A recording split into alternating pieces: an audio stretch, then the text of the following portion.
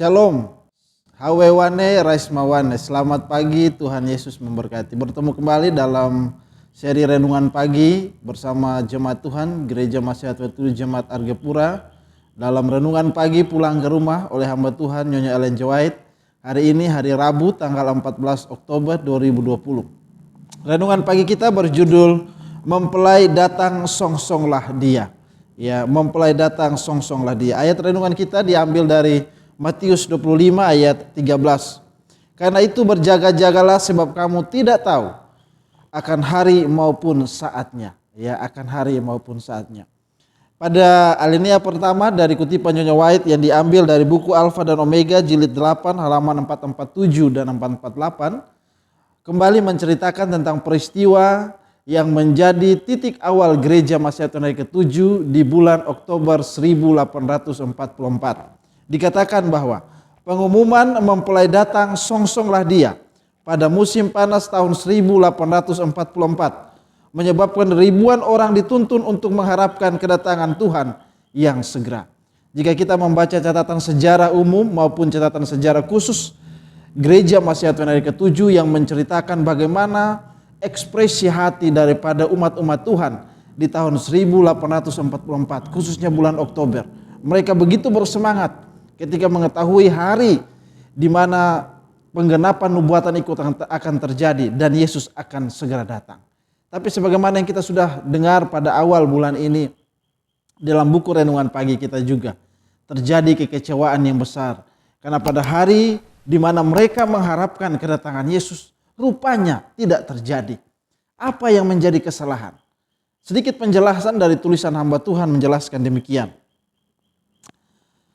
Mereka yang telah siap sedia masuk bersama-sama dengan dia ke ruang perjamuan pernikahan lalu pintu ditutup.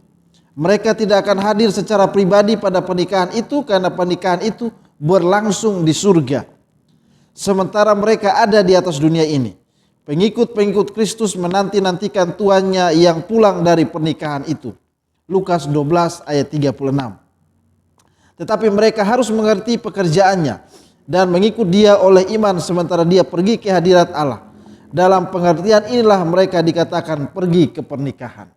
Jadi rupanya situasi yang terjadi penggenapan dari nubuatan yang panjang dari kitab Daniel secara khusus digambarkan di dalam kitab Matius maupun Lukas tentang upacara atau perjamuan atau pernikahan, upacara pernikahan.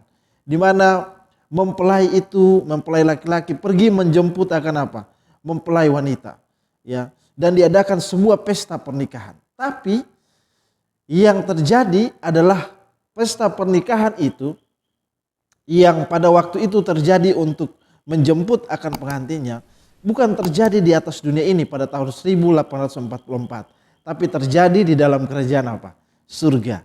Ya, jadi pengertian atau interpretasi yang dibuat oleh William Miller dan teman-teman di mana termasuk Nyonya White juga ada di sana waktu itu dia masih sangat muda, ya, rupanya tepat mereka mengatakan bahwa ada peristiwa di mana imam besar itu akan berpindah dari bilik yang suci ke bilik yang maha suci.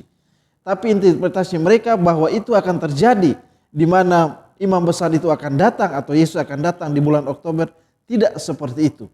Yang terjadi, peristiwa itu terjadi di bilik yang maha suci tetapi berada di dalam apa? Kerajaan surga. Tapi kita melihat ada beberapa hal yang menarik dari renungan pagi kita di pagi hari ini untuk menjadi pelajaran kepada kita sehubungan dengan mempersiapkan hati dan pikiran kita, secara khusus tabiat kita untuk bersiap masuk menghadiri akan pesta perjamuan kawin, pesta pernikahan, ya, yang luar biasa itu.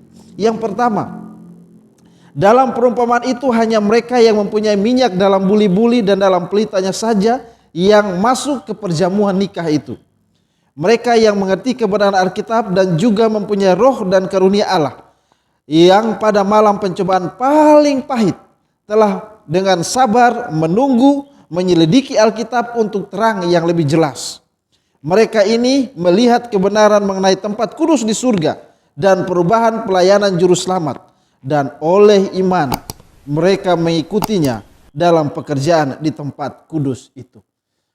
Memerlukan iman, ya, yang diumpamakan dengan minyak di dalam lampu Sebagaimana yang terjadi dengan 5 gadis yang bijaksana dan 5 gadis yang bodoh. Kalau kita baca catatan sejarah, seperti tadi saya katakan, baik sejarah umum maupun sejarah di dalam gereja Advent. Dari sekian banyak ribuan umat yang mengaku menantikan kedatangan Yesus, yang percaya kepada khotbah daripada William Miller dan teman-temannya, mengaku sebagai bagian dari pergerakan Advent. Ya, pergerakan Advent, bukan merupakan bagian dari gereja Advent, karena gereja Advent belum ada pada waktu itu. Ya, bagian dari pergerakan Advent. Ribuan orang yang kecewa meninggalkan, bahkan mencela akan pekabaran itu. Tapi ada sebagian yang menjaga nyala api iman mereka tetap menyala. Mereka membuka lembaran firman Tuhan, menyelidiki kembali akan apa? Nubuatan-nubuatan ini. Apa yang salah? Setelah diselidiki, mereka temukan dengan tuntunan Roh Kudus tentunya, bahwa peristiwa itu benar terjadi, tapi tempatnya yang salah mengerti. Peristiwa atau tempatnya terjadi bukan di atas dunia ini, tapi peristiwanya terjadi di dalam kerajaan surga. Nyonya White mengatakan dalam kutipan atau dalam catatan kita, mereka inilah yang memiliki iman yang terus menyala, yang layak untuk masuk ke dalam perjamuan nikah atau perjamuan kawin tersebut. Pada saat sekarang ini juga renungan pagi berbicara kepada kita. Mungkin kita yang menunggu dan merasa terlalu lama Yesus datang. Tetapi ketika kita memeriksa akan firman Tuhan, menyelidiki akan firman Tuhan, kita didapati harus memiliki minyak di dalam buli-buli iman kita untuk tetap menyala sementara kita menantikan kedatangan mempelai pria itu atau kedatangan Yesus. Hal yang kedua, selain minyak yang harus ada terus di dalam buli-buli iman kita, ya, adalah terkait dengan baju pernikahan. Ya. Dalam perumpamaan Matius 22, gambaran pernikahan yang sama diperkenalkan. Dalam penghakiman pemeriksaan dengan jelas digambarkan terjadi sebelum pernikahan. Sebelum pesta pernikahan dimulai, raja datang untuk menemui tamu-tamu, untuk melihat kalau semuanya memakai pakaian pesta, jubah tabiat yang tidak bernoda, yang dibasuh dan diputihkan dalam darah anak domba. Jadi ketika kita masuk dalam pesta tersebut, kita harus memiliki pakaian pesta yang sudah diberikan oleh imam besar itu. Disucikan kalau dalam catatan renungan kita di pagi hari ini oleh darah anak domba itu. Tabiat yang suci, tabiat yang murni. Ya, kalau kita baca terus perumpamaannya bahwa dari sekian yang banyak itu, sang raja menemui ada yang tidak memakai jubah pesta, maka dia diusir keluar, ya, dibuang keluar karena dia tidak layak untuk hadir di dalam pesta pernikahan tersebut. Ya, apa artinya? Kalau kita mau pulang ke dalam kerajaan surga, masuk ke dalam pesta pernikahan anak domba tersebut, maka kita harus mempersiapkan tabiat kita selaras sesuai dengan apa? Firman Tuhan. Mereka yang bertahan melewati situasi-situasi yang sulit itu. Pada tahun 1844 mereka yang apa? Yang memiliki minyak di dalam buli-buli iman mereka. Mereka inilah yang memurnikan tabiat mereka dengan darah anak domba. Kita baca terus di bagian akhir. Pekerjaan pemeriksaan tabiat ini yang menentukan siapa yang bersedia kepada kerajaan Allah adalah penghakiman pemeriksaan. Pekerjaan penghabisan di bait suci surga. Jadi ada yang namanya penghakiman pemeriksaan. Diperiksa kembali. Ya, di mana penghakiman pemeriksaan ini sebelum kedatangan anak domba atau kedatangan yang kedua kali pesta pernikahan itu diperiksa kembali. Siapa-siapa yang memakai jubah pernikahan. Siapa-siapa yang sudah memurnikan hidupnya selaras terus dengan firman Tuhan. Ya, bagaimana Yesus hidup, dan ketika mereka ditemukan layak untuk masuk ke dalam pesta pernikahan itu, maka mereka akan mengambil bagian dalam pesta pernikahan itu. Pada pagi hari ini renungan pagi kita mengingatkan kepada kita, kalau pada tahun 1844 leluhur rohani kita mengalami kekecewaan, tetapi mereka bertahan melewati situasi yang sulit itu, tabiat mereka dimurnikan. Mereka mencari kebenaran firman Tuhan, terus mencari kebenaran firman Tuhan. Dan pada akhirnya mereka menemukan kebenaran firman Tuhan. Demikian juga dengan kita pada saat sekarang ini, yang sedang menantikan kedatangan Kristus yang kedua kali. Kita diminta untuk memurnikan tabiat kita setiap hari. Kita diminta untuk tetap menjaga nyala api iman kita, ya, di dalam kehidupan kita sehari-hari. Oleh sebab itu, kemanapun kita akan melangkahkan kaki kita pada hari bekerja kita, pastikan firman Tuhan menuntun langkah kaki saudara. Pastikan firman Tuhan menuntun saudara kemanapun saudara pergi. Terus memurnikan kehidupan kita. Kita tidak punya alasan untuk mengatakan, saya hidup dalam dunia yang berdosa, lingkungan yang berdosa, sehingga saya terus berbuat dosa. Kalau demikian, ketika raja itu memeriksa kita dalam penghakiman pemeriksaan, maka kita bisa didapati tidak layak. Tetapi kalau kita dalam lingkungan yang susah, yang berdosa mungkin, tapi ketika kita mau menyerahkan kehidupan kita, ya, terus memperbaharui tabiat kita selaras dengan firman Tuhan. Ketika raja itu datang memeriksa, maka didapati kita sudah siap dengan pakaian pesta untuk menjadi tamu undangan yang terhormat dalam pesta pernikahan itu. Mari umat Tuhan yang saya kasihi, hari ini kita berdoa dengan tuntunan Roh Kudus, terus memurnikan kehidupan kita, memperbaiki hidup kita, ya, sehingga jubah kita, pakaian atau baik tabiat kita, membuat kita layak untuk hadir dalam pesta pernikahan anak domba itu.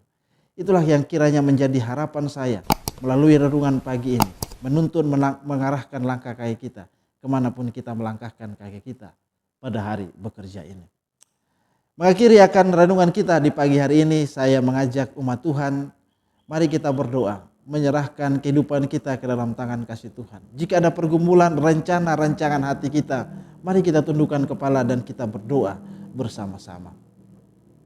Bapa di dalam kerajaan surga, Imam besar yang mengantarai kami, Yesus Kristus yang kami cintai, bersama umat-umat Tuhan di pagi hari ini, kami berdoa untuk Roh Kudus-Mu yang boleh hadir dan mengisi buli-buli iman kami dengan minyak Roh Kudus, yang terus memperbaharui tabiat kami dengan darah anak domba yang tercurah di atas kayu salib, sehingga kami semakin hari semakin menyerupai Yesus Kristus. Kami dari hari lepas hari menjadi serupa dengan Yesus Kristus, sehingga ketika Engkau datang memeriksa apakah kami layak untuk mengambil bagian di dalam pesta pernikahan anak domba itu, kami didapati memakai jubah pesta yang melayakkan kami untuk hadir dalam pesta pernikahan. Bapa, kami rindu untuk pulang ke dalam kerajaan surga. Siapkanlah hati kami, kehidupan kami dalam hari bekerja kami ini. Hamba berdoa untuk penjagaan-Mu bagi umat-umat Tuhan, kesehatan, kekuatan, berkat Tuhan. Secara khusus ketika kami keluar dari rumah, kami terlindung dari virus yang jahat ini, sehingga kami boleh kembali ke rumah dengan selamat, berjumpa dengan seluruh anggota keluarga sehat dan kuat. Secara khusus kami boleh tetap sehat sampai kami boleh tiba kembali di Sabat-Mu yang suci. Inilah doa kami pada pagi hari ini ya Bapa. Sempurnakan di dalam tangan kasih-Mu saja. Karena hamba-Mu berdoa di dalam nama Yesus, Tuhan dan Juru Selamat kita, kami. Amin. Jemaat Tuhan yang saya kasihi, selamat beraktivitas di pagi hari ini. Tetap jaga kesehatan kita. Hawe wane, raisma wane. Selamat pagi, Tuhan Yesus memberkati. Shalom.